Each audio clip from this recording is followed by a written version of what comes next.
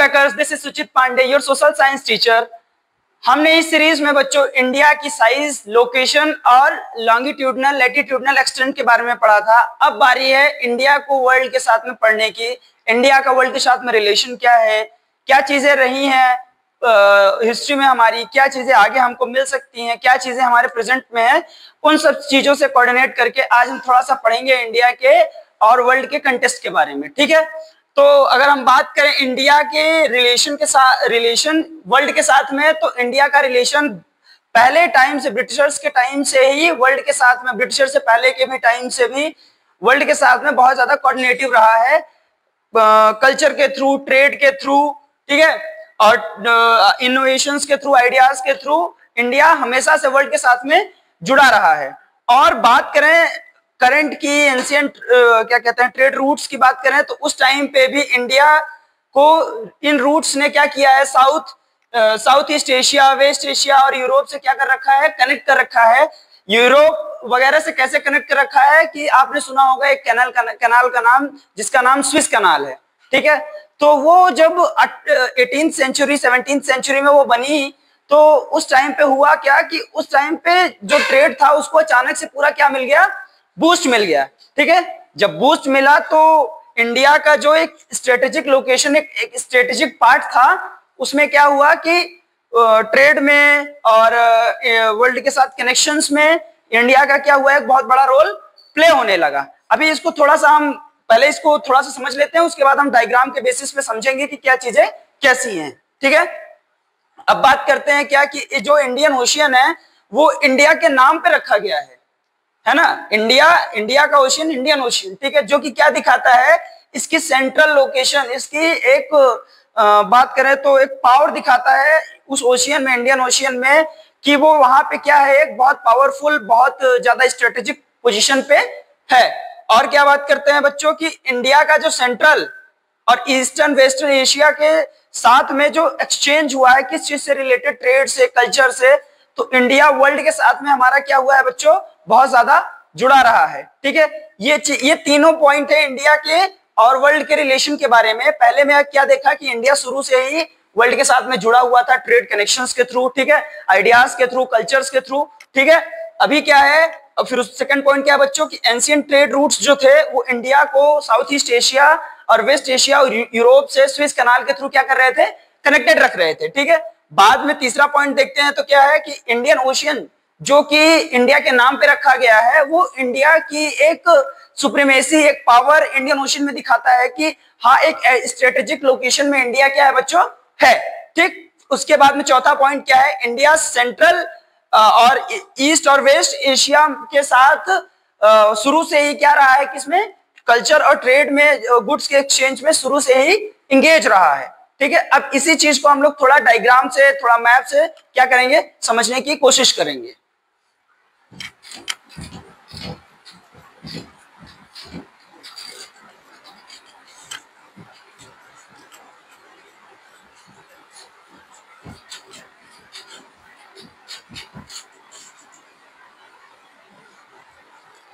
अब देखते हैं बच्चों, इंडिया के मैप के थ्रू हम लोग समझने की, वर्ल्ड के मैप के थ्रू हम लोग समझने की कोशिश करेंगे। जैसे ये रहा हमारा थोड़ा सा मैप बच्चों, थोड़ा सा एकदम एग्जैक्ट नहीं बनेगा, लेकिन आपको जिस तरीके से समझना है उस तरीके से क्या होगा, वो चीजें समझ में आ जाएंगी आप लोगों को।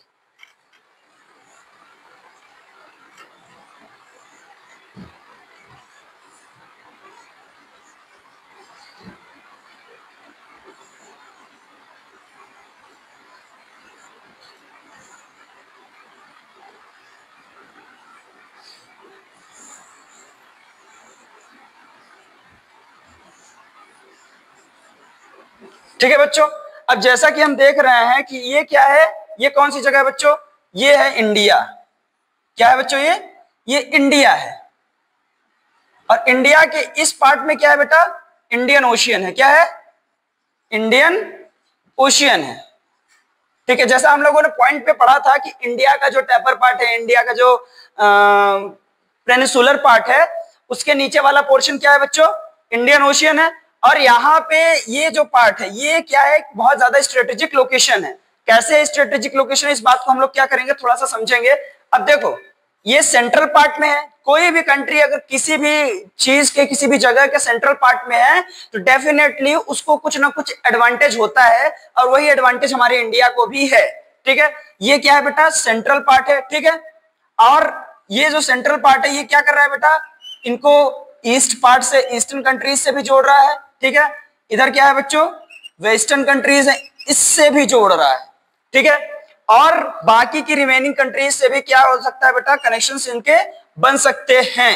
ठीक है, तो सी रूट का इंडिया क्या बन सकता है, क्या एक तरह से हम कह सकते हैं सी रूट का क्या है बेटा, इंडिया सी हब है। सी रूट हब है, क्या बच्चों, सी रूट हब है। ठीक है, और ये जो रूट बना हुआ है, ये जो रूट आपको कनेक्शंस दिख रहे हैं, ये आज के कनेक्शंस नहीं है।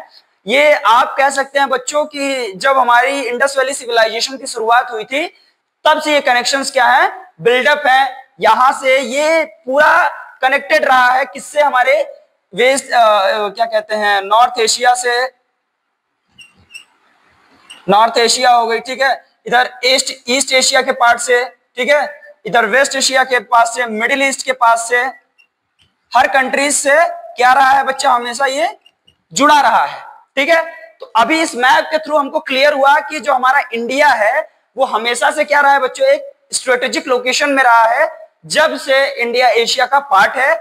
और ये एशिया का क्या है बेटा, एक बहुत बड़ा स्ट्रेटेजिक पॉइंट भी है। इसको आप समझिए कि इस जगह से हम कहीं भी ऑल ओवर वर्ल्ड क्या कर सकते हैं बच्चों, ट्रेड कर सकते हैं। यहाँ पे आपका कहीं इस पोर्शन में स्विस कैनाल पड़ता है, इसके थ्रू कनेक्ट हो सकते हैं यूरोप से हम। ठीक है, इधर साइड में ऑस्ट्रेलिया से कनेक्शन हो सकता है, बाकी की कंट्रीज जो यहाँ पे हैं, यहाँ पे पोर्शंस में कंट्रीज हैं, इनसे कनेक्शन हो सकता है।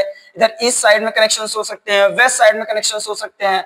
इधर अगर थोड़ा सा लंबा रूट लें तो हम लोग डायरेक्टली अफ्रीका के दूसरे साइड, वेस्टर्न कंट्री, अफ्रीका के वेस्टर्न पार्ट वाली कंट्रीज से कनेक्शन कर सकते हैं, साउथ अमेरिका से कनेक्शन हो सकते हैं, और अमेरिका से, नॉर्थ अमेरिका से भी कनेक्शन हो सकते हैं। तो ये चीजें आपको क्लियर हुई कि किस तरीके से इंडिया एक स्ट्रेटेजिक लोकेशन है एशियन कंटिनेंट में। ठीक है, अभी थोड़ा सा बस बच्चों एक छोटा सा टॉपिक क्या बचा है, इंडिया के नेबर्स के बारे में पढ़ेंगे, उसके बाद ये चैप्टर खत्म हो जाना है। ठीक है,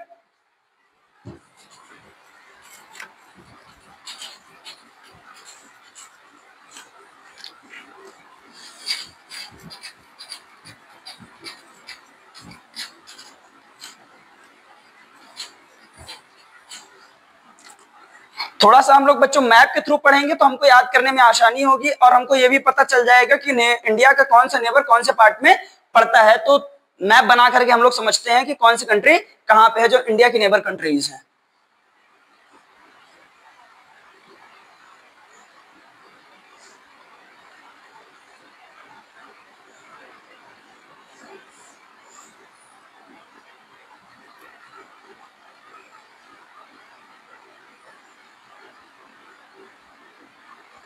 ठीक है, ठीक है बच्चों, अभी देखते हैं ये क्या है बेटा, हमारा इंडिया है। इसको हम समझेंगे कैसे। ये देखिए, ये है हमारा, ये नॉर्थ है, ये ईस्ट है, ये साउथ है, और ये क्या है बच्चों, वेस्ट है।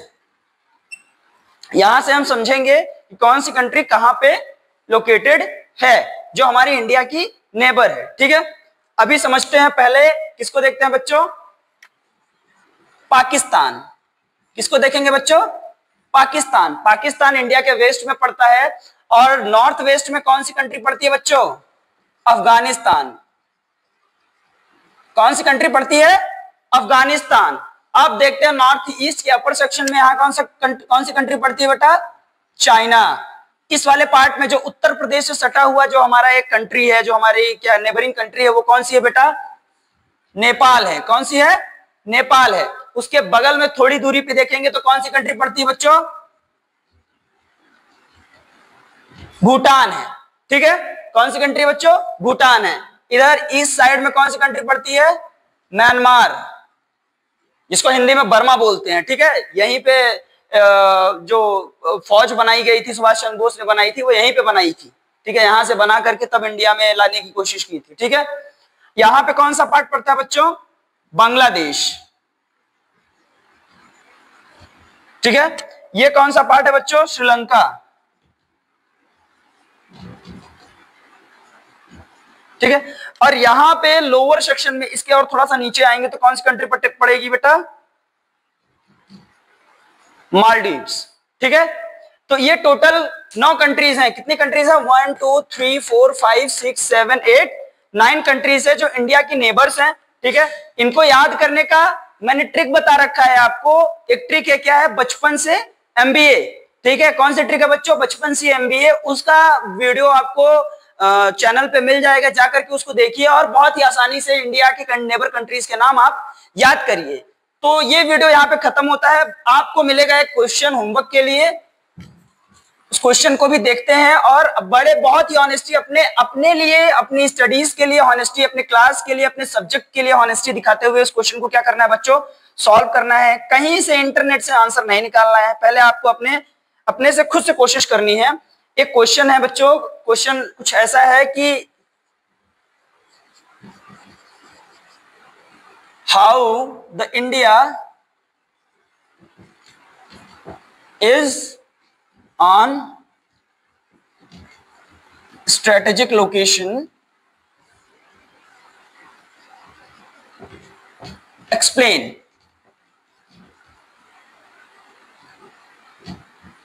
ठीक है बच्चों, अभी क्या है, क्वेश्चन मिला है आपको। ये टॉपिक, सारे टॉपिक्स जो मैंने पढ़ाए हैं उन्हीं में से क्वेश्चन है। ठीक है, आपको बताना है कि इंडिया एक स्ट्रेटेजिक लोकेशन पे है कैसे।